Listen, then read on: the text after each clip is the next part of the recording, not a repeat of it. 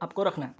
तो आइए आज का महत्वपूर्ण सवाल पे एक नज़र डाल रहे हैं। पहला सवाल यहाँ पे देखते हैं, हाल ही में जारी संयुक्त राष्ट्र की वैश्विक मातृ मृत्यु जन्म और नवजात मृत्यु के मामले में सूची में पहला देश कौन है? ठीक है, आंसर इसका हो जाएगा भारत जो है, इसका करेक्ट आंसर होगा।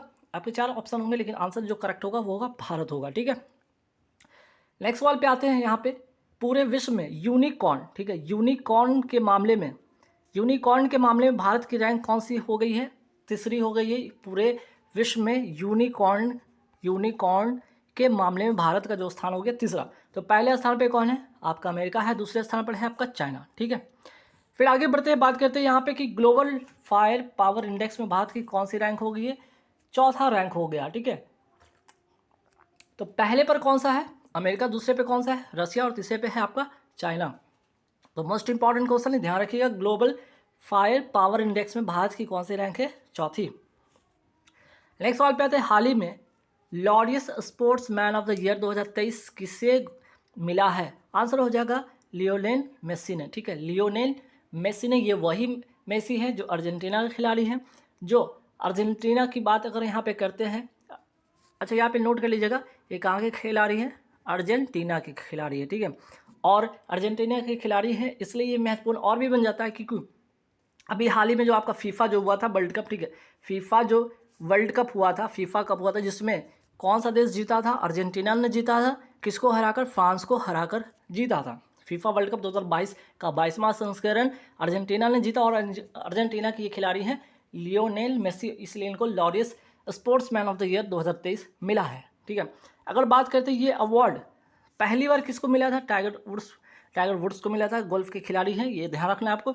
और सर्वाधिक बार ये पुरस्कार जो जीता है वो है रोजर फेडरर ने जीता है। कहाँ के खिलाड़ी है? स्विट्जरलैंड के खिलाड़ी हैं, टेनिस के। ठीक है, चलिए नेक्स्ट सवाल पे आते हैं कि Laureus sports women of the year 2023 किसे मिला है? तो सील एंड फ्रेजर जो कि जमाइका के खिलाड़ी हैं, इनको ये मिला है अवार्ड। ठीक, चलिए बात कर रहे थे फीफा वर्ल्ड कप, अभी अर्जेंटीना की बात हुई थी, अर्जेंटीना के खिलाड़ी थे लियोनेल मेसी, इसलिए यहाँ पे इंपॉर्टेंट बन जाता है क्योंकि फीफा वर्ल्ड कप 2022 का ये कौन सा संस्करण था? 22वां संस्करण था, जो इसका आयोजन हुआ था कतर की राजधानी दोहा में होता है।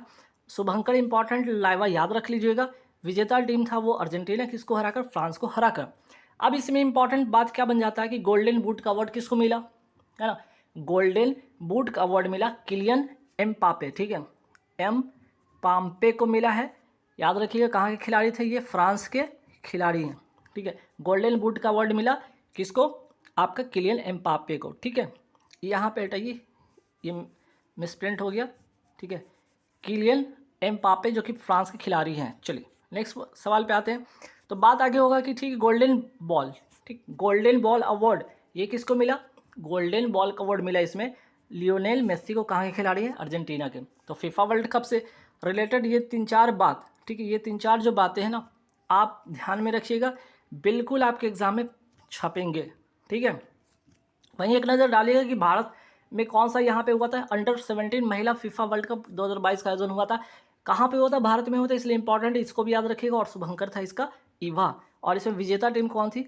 स्पेन ने जीता था, किसको हराकर? कोलंबिया को हराकर। ठीक है, नेक्स्ट सवाल पे आते हैं, हाल ही में अरब लीग में किसकी सदस्यता को बहाल करने की सहमति हुई है? फिर से आंसर हो जाएगा इसका सीरिया। इसका आंसर क्या हो जाएगा? सीरिया। हालांकि 2011 में इसे सीरिया को क्या कर दिया गया था? निलंबित कर दिया गया था। अब वापस से 2023 में जॉर्डन करार पर इसको फिर से वापस बहाल किया गया है। अगर मैं बात यहाँ पे करूँ, अरब लीग में कुल कितने देश शामिल है? 22 अरब देश इसमें शामिल है। देश में भी कौन सा सिर्फ अरब कंट्री होंगे वही शामिल है। ठीक है, अरब लीग की स्थापना अगर मैं बात करूँ होती कब है? 1945 में होती है। और इसका अगर मुख्यालय की मैं बात करूँ तो काहिरा, मिस्र। ठीक है, मिस्र की राजधानी काहिरा, यहाँ पे इसका मुख्यालय है। अगर मैं बात करूँ सीरिया की राजधानी, आंसर हो जाएगा दशमिक, ये भी याद आपको रखना है। नेक्स्ट सवाल पे आते हैं, संघाई सहयोग संगठन एससीओ का नया मेंबर कौन बन गया? ईरान बन गया। इस हिसाब से 9वां मेंबर है। तो कुल मिलाकर एससीओ में कुल कितने मेंबर हैं? 9। 9वां कौन सा है जो नया बना है? वो है ईरान। आसियान का नया 11वां मेंबर कौन बन गया है? तिमोर लिस्ते। तो इस हिसाब से 11वां कौन सा हो गया? टोटल कितने एशियान कंट्री है? आसियान जो कंट्री में जो मेंबर शामिल है वो है 11। IMF का अगर मैं बात करूँ 190वां नया मेंबर कौन बन गया? एंडोरा बन गया, ये भी आपको ध्यान रखना है। नेक्स्ट सवाल, हाल ही में सस्टेनेबल एविएशन फ्यूल का उपयोग कर कॉमर्शियल उड़ान संचालन करने वाली पहली भारतीय एयरलाइन कौन सी बन गई है? आंसर हो जाएगा विस्तारा। ठीक है, विस्तारा एयरलाइन बन गया है। विस्तारा एयरलाइन की जो, अगर मैं विस्तारा एयरलाइन की मैं बात करूँ, इसमें 2 कंपनी शामिल है, एक तो सिंगापुर की, दूसरा टाटा की। इन दोनों का क्या है, ये मिक्सचर है। ठीक है, तो ये दिल्ली का अगर मैं बात करूँ, ये दिल्ली की मैं बात करूँ, दिल्ली की इंदिरा गांधी एयरपोर्ट से, ठीक है, दिल्ली इंदिरा गांधी एयरपोर्ट से लेकर छत्रपति शिवाजी एयरपोर्ट तक की ये डिस्टेंस इसने कवर किया। और इस दौरान इसने कौन सी फ्यूल का यूज़ किया था? Sustainable aviation fuel. अब आप यहाँ पे सोचेंगे सस्टेनेबल ये है क्या, तो ये क्या है? पर्यावरण अनुकूल। पर्यावरण अनुकूल जो फ्यूल होती है उसको क्या कहते हैं? ठीक है, पर्यावरण अनुकूल फ्यूल को हम क्या कहते हैं? सस्टेनेबल एविएशन फ्यूल कहते हैं। ठीक है, तो इस डिस्टेंस में इसने क्या किया?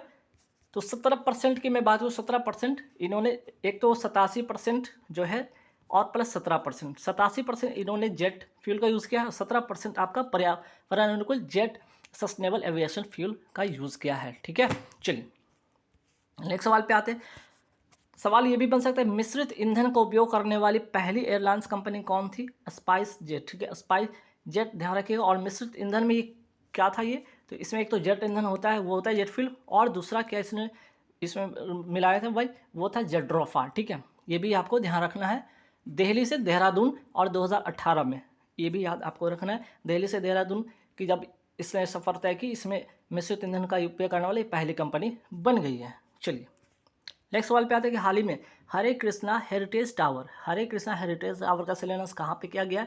याद रखिएगा, हैदराबाद। ठीक है, हैदराबाद हेरिटेज, हाँ से हरे कृष्णा, हाँ से हैदराबाद। ठीक, हैदराबाद की अगर मैं राजधानी की मैं बात करूँ, कहाँ? तेलंगाना है।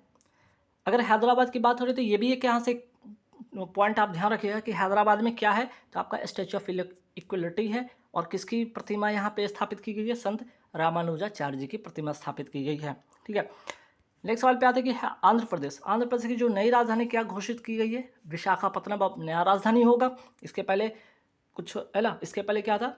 विजयनगर को बनाए जाने की यहाँ पे अनुमान लगाया जा रहा था, लेकिन घोषणा किसकी होती है? उसको रद्द कर दिया गया, कैंसिल कर दिया गया विजयनगर को। अब यहाँ पे विशाखापत्तनम इसकी जो होगी राजधानी होगी, आंध्र प्रदेश की नई राजधानी। बात करते हैं अमरावती टाइगर रिजर्व कहाँ स्थित है? ये आंसर हो जाएगा आपका तेलंगाना में। चलिए नेक्स्ट सवाल पे आते हैं। हाल ही में देश की 80% मांग को पूरा करने वाला लिथियम, ठीक है, यहाँ थोड़ा करेक्ट कीजिएगा, लिथियम के भंडार कहाँ पाए गए हैं? तो लिथियम के भंडार पाए गए राजस्थान के नगौर जिला का डेगाना एक स्थान है, जहाँ पे रावत की पहाड़ी, यहाँ पे क्या आपको पाया गया है?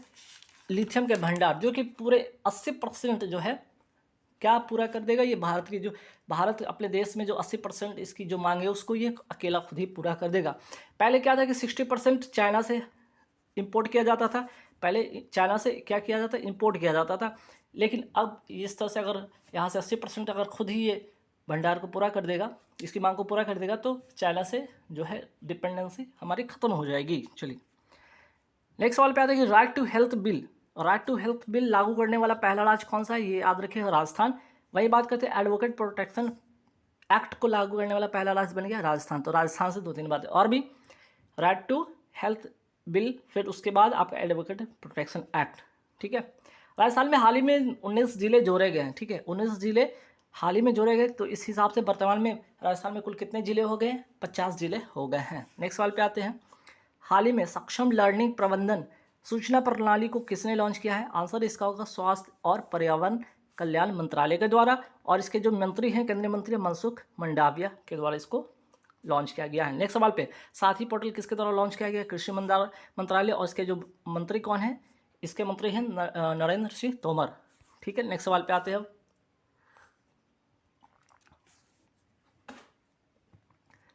एशियाई भारोत्तोलन चैंपियनशिप, एशियाई भारोत्तोलन चैंपियनशिप 2023 का आयोजन कहाँ हुआ है? दक्षिण कोरिया जिंजू में। ठीक है, इसमें भारत ने कितने मेडल जीते? 3 मेडल जीते, तीनों के तीनों सिल्वर मेडल जीते। तो 2 पदक इसमें, सिल्वर में 2 पदक अकेले कौन जीता? बिंद रानी ने जीता है। वही 1 पदक जेरेमी लालरिंगा ने जीता है। तो ये दोनों नाम याद रखिएगा, बिंद रानी जो कि भारोत्तोलन है ना, वेट लिफ्टिंग से इनका संबंध है। वहीं जेरेमी लालरिंगनुगा, ठीक है, लालरिंगनुगा, ठीक है, इन दोनों का संबंध किससे है? वेट लिफ्टिंग से। दोनों बातें ध्यान रखिएगा। ठीक, नेक्स्ट सवाल पे आते हैं। भारत की पहली पॉन्ड टैक्सी परियोजना कहाँ शुरू की गई? उत्तर प्रदेश में। वही बात करते हैं भारत की पहली वाटर मेट्रो सिटी कहाँ शुरू हुई थी? कोच्चि, केरल से। वही बात करते हैं अंडर वाटर मेट्रो की शुरुआत कहाँ हुई? तो कोलकाता में। ठीक है, ये 3 बात, एक तो ये आपका है इंपॉर्टेंट, उसके साथ ही साथ दोनों और भी इंपॉर्टेंट, ये भी याद रखिएगा। नेक्स्ट सवाल पे आते हैं। 13वां वुमेन्स वर्ल्ड कप चैंपियनशिप 2023 कहाँ हुआ? पेरिस में। यहाँ पे थोड़ा इसको सुधारिएगा, इसका क्वेश्चन पेरिस नहीं होगा। ठीक है, यहाँ पे ध्यान रखिए, इसका आंसर होगा Bharat. 13th women's world cup. ठीक है, 13 वुमेन्स वर्ल्ड बॉक्सिंग, इसको कीजिए। ठीक है, यहाँ पे थोड़ा सा टाइपिस से मिस्टेक हुआ है, तो ध्यान रखिएगा। 13 women's boxing world cup championship 2023 कहाँ हुआ? भारत में हुआ। भारत में भी कहाँ? तो नई दिल्ली में। ठीक है, नई दिल्ली में। ठीक, इसको थोड़ा करेक्ट कर लीजिएगा। हालांकि पीडीएफ में जब आपको टेलीग्राम पे दूंगा, टेलीग्राम पे जब पीडीएफ अपलोड होगी तो वहाँ पे ये करेक्शन हुआ रहेगा। नेक्स्ट सवाल, 33वां ओलंपिक 2024 में कहाँ होगा? तो आपका फ्रांस की राजधानी पेरिस में होगा। और इसके पहले वाला जो 32वां ओलंपिक था, टोक्यो ओलंपिक था, अर्थात टोक्यो में हुआ था। 15वां हॉकी वर्ल्ड कप 2023 कहाँ हुआ? एक तो हॉकी वर्ल्ड कप ध्यान रखिए 2023 कहाँ हुआ? भारत के ओडिशा में हुआ, ये ध्यान रखिएगा। और कौन सा संस्करण था? 15वां संस्करण था, ये भी याद आपको रखना है। वही बात करते हैं कॉमनवेल्थ गेम 2022 जो है, कॉमनवेल्थ गेम का 22वां संस्करण 2022 में कहाँ हुआ? बर्मिंघम, इंग्लैंड में हुआ है, आपको ध्यान रखना है। नेक्स्ट सवाल, हाल ही में किरण रिजिजू ने टैनिंग भाषा की पहली फिल्म का ट्रेलर लॉन्च किया। इस भाषा का संबंध किस राज्य से? आंसर हो जाएगा अरुणाचल प्रदेश। और ये जो फिल्म है पहली, यहाँ पे जो फिल्म की अगर मैं बात करूँ, फिल्म का नाम है लव इन 90s, जो कि कौन सी भाषा में? टैनिंग भाषा में। और टैनिंग समुदाय के द्वारा यहाँ पे इसका यूज़ किया जाता है, इस भाषा का। बांचुआ फेस्टिवल कहाँ का है? अब फेस्टिवल से 5-6 ऐसे सवाल जो कि ध्यान आपको रखना है फेस्टिवल से। ठीक है, 7-8 ऐसे सवाल ध्यान रखना। जैसे बांचुआ फेस्टिवल कहाँ का है? असम का है। त्रिशूरपुरम फेस्टिवल कहाँ का है? केरल का है। काला घोड़ा फेस्टिवल आपका मुंबई का है। मकर विलक्कू, ठीक है, मकर विलक्कू त्यौहार कहाँ का है? केरल का है। फूल डोल, ठीक है, फूल डोल त्यौहार कहाँ का है? राजस्थान का है। वहीं काला नमक चावल कहाँ का है? काला नमक चावल सिद्धार्थनगर, उत्तर प्रदेश का। ये 5-6 बातें ध्यान रखना है आपको। फिर आगे बढ़ते हैं। बोईता, ठीक है, बोईता वंदना उत्सव कहाँ का? ओडिशा का है। बोनालू त्यौहार कहाँ का? तेलंगाना का है। अट्टुक्कल, ठीक है, अट्टुक्कल पोंगल कहाँ का है? ये तमिलनाडु का है। ठीक है, एक तो पोंगल होता है और एक अट्टुक्कल पोंगल होता है, दोनों बातें ध्यान रखना है। ठीक है, एक पोंगल होता है, दूसरा अटक्कू पोंगल। तो यहाँ पे ध्यान रखिएगा, इसको थोड़ा काटिए, यहाँ पे केरल कीजिए। ठीक है, अटक्कू पोंगल कहाँ का है? केरल का है। लेकिन सिर्फ अगर पोंगल पूछेगा तब आप क्या कीजिएगा? तमिलनाडु कीजिएगा। ठीक है, इसलिए मैं यहाँ पे थोड़ा सा रुका था कि अटक्कू पोंगल, अटक्कू क से याद रखिए केरल। ठीक है, क से क्या याद रखिए? केरल। और जिसमें अटक्कू क नहीं रहेगा वो आपका होगा तमिलनाडु। ठीक है, चलिए। थय्यम जो महोत्सव, ये कहाँ का है? केरल का है। धनु यात्रा त्यौहार, रज पर्व, नुआखाई, तीनों कहाँ का है? उड़ीसा का। लेकिन तीनों बातें ध्यान रखना है। धनु यात्रा की मैं बात करूँ, कृष्ण और मामा कंस की कहानी पर आधारित ये त्यौहार है। वहीं बात करते हैं रज पर्व, पृथ्वी से संबंधित ये त्यौहार है। वहीं बात करते हैं नुआखाई, जो कि नया चावल अर्थात किसान है ना, खेती से संबंधित है। नवरोज, ठीक है, नवरोज त्यौहार की मैं बात करूँ, पारसी धर्म से है। नवरे त्यौहार का संबंध जम्मू कश्मीर से है।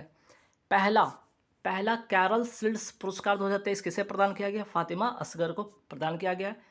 ध्यान रखिएगा, पहला कैरल फील्ड्स, ठीक है, पहला कैरल फील्ड्स पुरस्कार 2023 किसे प्रदान किया गया है? तो आपका फातिमा असगर को। ठीक है, चलिए 62 नंबर क्वेश्चन हो गया। नेक्स्ट सवाल पे अब आते हैं। और एक चीज़ और यहाँ पे नोट कर लीजिएगा, इनका जो उपन्यास था वो भी याद रखिएगा।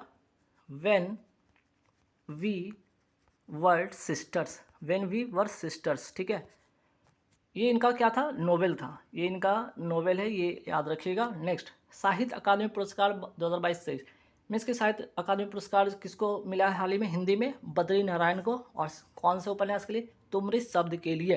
अंग्रेजी में अगर मैं बात करूँ अंग्रेजी में, तो अनुराधा राय को all the lives we never lived, ठीक है, all the lives we never lived. Next सवाल पे आते हैं। भारतीय सेना द्वारा हाल ही में बुलंद भारत अभ्यास का आयोजन कहाँ किया गया?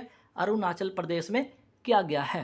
चलिए नेक्स्ट सवाल पे आते हैं। तर्कस अभ्यास जो कि पहली बार हुआ है हाल ही में, किसके किसके बीच में, वो भारत और अमेरिका के बीच में हुआ है।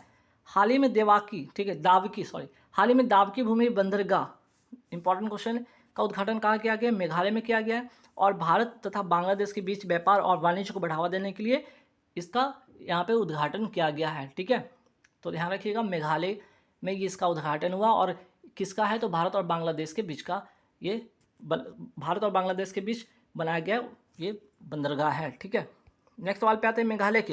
अगर बात कर रहे थे मेघालय में बना ही है दावकी भूमि बंदरगाह, तो मेघालय से रिलेटेड 2-3 सवाल। यहाँ के मुख्यमंत्री कौन है, कॉनरेड संगमा। पार्टी का इनका नाम क्या है, नेशनल पीपुल्स पार्टी। और ये छठी है ना, 6th जो है राजनीतिक राष्ट्रीय स्तर पर की ये जो राजनीतिक पार्टी है, ध्यान आपको रखना है। नेक्स्ट सवाल पे आते हैं। बांग्ला फेस्टिवल, नाम से लग रहा है कि बांग्लादेश का होगा, लेकिन नहीं, बांग्ला फेस्टिवल का आयोजन कहाँ होता है, मेघालय में होता है।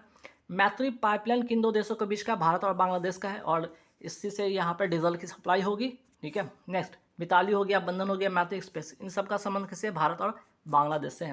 वही बात करते हैं कालादान प्रोजेक्ट का संबंध किससे, तो भारत और म्यांमार के बीच का ये प्रोजेक्ट है, ठीक है। कोलकाता से Sittwe port Myanmar MVITT line ship के माध्यम से 20,000, ठीक है, जो सीमेंट की बोरी थे, जो सीमेंट की कंटे थे, इस पर क्या किया गया, यहाँ से वहाँ भेजा गया है ना। तो प्रोजेक्ट ध्यान रखिएगा, कालादान प्रोजेक्ट किसका है, तो भारत और म्यांमार का है, ये भी आपको ध्यान रखना है, ठीक है। नेक्स्ट सवाल पे आते हैं। हाल ही में प्रोजेक्ट संजय किसने प्रारंभ किया है, तो भारतीय सेना ने किया है। और किस लिए, तो दूर स्थित खतरों को भांपने के लिए ये प्रोजेक्ट शुरू किया है, ठीक है। नेक्स्ट सवाल पे आते हैं। विश्व रेड क्रॉस दिवस 2023 कब मनाया गया, 8 मई को। तो 8 मई को क्या मनाया जाता है, विश्व रेड क्रॉस दिवस मनाया जाता है। क्यों मनाया जाता है, हेनरी डुनेंट के जन्मदिन पर मनाया जाता है। और इन्होंने क्या किया था, तो रेड क्रॉस सोसाइटी का स्थापना किया था, कब किया था, 1863 में। और अगर मैं बात करूँ इसकी सोसाइटी के मुख्यालय कहाँ पे, जिनेवा, स्विट्जरलैंड में। नेक्स्ट सवाल पे आते हैं कि शांति का पहला नोबेल पुरस्कार किसे मिला था, हेनरी डुनेट को ही मिला था। और इसी कारण ये इंपॉर्टेंट बन जाता है क्योंकि इन्होंने रेड क्रॉस सोसाइटी की स्थापना किया था। तो इससे सवाल एक और भी याद रखना, किसका, तो शांति का पहला नोबेल पुरस्कार। नेक्स्ट सवाल पे आते हैं। विश्व थैलेसीमिया जो है दिवस कब मनाया जाता है, 8 मई को मनाया जाता है। तो 8 मई को ये भी है विश्व रेड क्रॉस दिवस, 8 मई को। थैलेसीमिया की अगर मैं बात करूँ, इसमें होता क्या है, जो ब्लड है, ठीक है, ब्लड संबंधित रोग हो जाते हैं, ब्लड से संबंधित रोग हो जाते हैं। जो RBC होता है, ठीक है, जो RBC होता है गोल, वो कैसे हो जाता है, हंसिया आकार का हो जाता है, ठीक है, हंसिया आकार का हो जाता है, ठीक। इसलिए इसका नाम जो है साइंसी भाषा में इसको थैलेसीमिया बीमारी कहा जाता है, ठीक। नेक्स्ट सवाल पे आते हैं। हाल ही में रक्षा मंत्री ने पहली भारतीय वायुसेना हेरिटेज सेंटर का शुभारंभ कहाँ किया गया, चंडीगढ़ में किया है। वही बात करते, प्रचंड है क्या, प्रचंड एक प्रकार का लाइट कॉम्बैट हेलीकॉप्टर है, ध्यान रखिएगा। वायुसेना का वर्तमान प्रमुख कौन है, विवेक राम चौधरी हैं। वही बात करते हैं वायुसेना दिवस कब मनाया जाता है, 8 अक्टूबर को मनाया जाता है। हाल ही में किसने विशेष नामक एक खुदरा बैंकिंग पहल प्रारंभ की है, HDFC बैंक ने की है, ठीक है, याद रखिएगा। हाल ही में किसने विशेष नामक एक खुदरा बैंकिंग पहल प्रारंभ की है, HDFC बैंक ने प्रारंभ किया है। दूसरा एक और ध्यान रखिएगा आप, सवाल इससे जो बनेगा वो क्या बनने वाला है, देखिएगा। इलेक्ट्रॉनिक बैंक गारंटी जारी करने वाला देश का पहला बैंक कौन सा है, HDFC बैंक है। तो HDFC बैंक से रिलेटेड 2 सवाल, विशेष नामक खुदरा बैंकिंग पहल की, दूसरा इलेक्ट्रॉनिक बैंक गारंटी। और अगर बैंक बात करूँ इसमें दूसरा कौन सा है, तो इंडियन ओवरसीज बैंक है, ठीक है। नेक्स्ट सवाल पे आते हैं। किस बैंक ने राजस्थान रॉयल्स के साथ डिजिटल पे समझौता किया है, तो आंसर हो जाएगा फिनो पेमेंट बैंक ने समझौता किया है। नेक्स्ट सवाल पे आते हैं। मिशन इंद्रधनुष का संबंध किससे है, तो टीकाकरण से है। शुरुआत कब होती है इसकी, तो 25 दिसंबर 2014 को इसकी शुरुआत होती है। वही बात करते हैं। नरसिम्हन समिति का संबंध किससे, बैंकिंग सुधार से है। और इंद्रधनुष योजना, यहाँ पे देखिएगा मिशन इंद्रधनुष है और यहाँ पे इंद्रधनुष है। मिशन इंद्रधनुष की मैं बात करूँ तो टीकाकरण से होगा, और सिर्फ इंद्रधनुष की मैं बात करूँ तो ये भी बैंकिंग रिफॉर्म से है, ठीक है। नेक्स्ट सवाल पे आते हैं कि वर्ल्ड ट्रांसप्लांट गेम्स 2023 में 3 पदक जीतने वाली अंकिता श्रीवास्तव का संबंध किस राज्य से, भोपाल मध्य प्रदेश की है। इन्होंने 1 गोल्ड जीता, 2 सिल्वर जीता, किसमें, लॉन्ग जंप में जीता है। और मैं बात करूँ वर्ल्ड ट्रांसप्लांट गेम्स 2023 हुआ कहाँ पे आयोजन इसका, पर्थ ऑस्ट्रेलिया में इसका आयोजन होता है, ठीक है। नेक्स्ट सवाल पे आते हैं। लाडली लक्ष्मी योजना और लाडली, ठीक है, बहन योजना। लाडली लक्ष्मी योजना, लाडली बहन योजना कहाँ का है, ये योजना मध्य प्रदेश का है। नेक्स्ट सवाल पे आते हैं। 17वां प्रवासी भारतीय सम्मेलन 2023 कहाँ हुआ, इंदौर मध्य प्रदेश में हुआ। इसमें मुख्य अतिथि थे मोहम्मद इरफान, जो कि कहाँ के थे, गुयाना के राष्ट्रपति थे। ठीक है, चलिए नेक्स्ट सवाल पे आते हैं कि हाल ही में भारतीय नौसेना की किस लैंडशिप को 36 साल बाद सेवा मुक्त किया गया? INS मगध को। ये भारत का पहला लैंडशिप, ठीक है, लैंडिंग शिप जहाज है, ये भी आपको ध्यान रखना है। अगर हम बात यहाँ नौसेना से कर ही रहे तो नौसेना के वर्तमान प्रमुख कौन है? R हरिकुमार है। नौसेना दिवस मनाया जाता है 4 दिसंबर को। वही बात करते हैं थल सेना के प्रमुख कौन है? मनोज पांडे। और थल सेना दिवस कब मनाया जाता है? 15 जनवरी को। नेक्स्ट सवाल पे आते हैं INS विक्रांत, ये है क्या? तो भारत का पहला स्वदेशी विमान वाहक पोत है। दूसरा 2 सितंबर 2022 को कोच्चि केरल से लॉन्च किया गया। मोस्ट इंपॉर्टेंट क्वेश्चन है। नेक्स्ट INS अरनाला, ये क्या है? भारत का पहला पनडुब्बी रोधी जहाज है। ठीक है, और कहाँ से लॉन्च किया गया? चेन्नई से लॉन्च किया गया है। बात करते हैं प्रोजेक्ट 75 क्या है? भारत और फ्रांस से संबंधित, ठीक है, ये प्रोजेक्ट 75 जो है भारत और फ्रांस का संयुक्त यहाँ पे प्रोजेक्ट है। और इसमें 6 पनडुब्बी जहाज बनाए जाएंगे। कौन कौन? INS कलवरी, INS खांडेरी, करंज, वेला, वागीर और वाक्सी। ठीक है, ये टोटल 6 हो गए। नेक्स्ट सवाल पे आते हैं मैड्रिड ओपन, ठीक है, मैड्रिड ओपन 2023 जो कि टेनिस से संबंधित खेल है। इसमें जो टेनिस के जो खिलाड़ी हैं, इन्होंने इसमें पुरुष एकल में किन्होंने जीता?